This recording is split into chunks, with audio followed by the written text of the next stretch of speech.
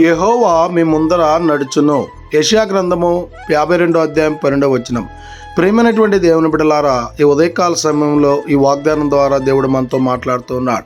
ఆ దినాల్లో ఇశ్రాయేల్ ప్రజలు ఏ విధంగా అయితే ఐగుప్తు దేశంలో బానిసత్వపు స్థితిలో ఉన్నప్పుడు ఎప్పుడైతే దేవునికి మొరపెట్టినారో అప్పుడు ఆ దేవాది దేవుడు వారి ముందర నడిచి ఇశ్రాయేల్ ప్రజలను ఐగుప్తు దేశం నుంచి ఆ బానిసత్వపు స్థితి నుంచి మార్గాన్ని సరళం చేసి ఎలాగైతే పాలు తేనెలు ప్రవహించు దేశమునకు వారిని నడిపించినాడో అలాగనే ఈ ఉదయకాల సమయంలో నీకు కూడా అలాంటి మార్గాన్ని సరళం చేసి నీకు ముందర ఆ దేవాది దేవుడు నడిచేటువంటి వాడిగా ఉన్నాడు.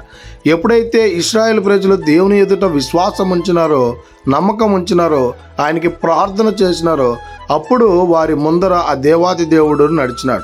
గనుక మనము కూడా ఆయన యందు విశ్వాసం ఉంచి నమ్మకం ఉంచినట్లయితే, మనం ఆయనకి మొరపెట్టినట్లయితే మన మార్గం అంతట్లో కూడా ఆ దేవాది దేవుడు మనకి ముందుగా వెళ్ళి మన మార్గాన్ని సరళం చేసేటువంటి వాడిగా ఉన్నాడు. మనకేదైనా శ్రమ వచ్చినప్పుడు, మనకేదైనా కష్టం వచ్చినప్పుడు, మనకేదైనా అనారోగ్య సమస్యలు ఉన్నప్పుడు, మనకేదైనా మార్గం సరళం లేని పరిస్థితులు ఉన్నప్పుడు ఆ యేసుక్రీస్తు ప్రభుల వారిని ఆశ్రయించినట్లయితే ఆయన నీ ముందర నడిచి నీ మార్గాన్ని సరళం చేసేటువంటి దేవుడై ఉన్నాడు. కనుక ఇక నుంచైనా ఆయన మీద విశ్వాసం ఉంచేటువంటి వారంగా ఉండాలని కోరుకుంటూ ఈ దిన వాక్యం ద్వారా దేవుడు బలపరచును గాక.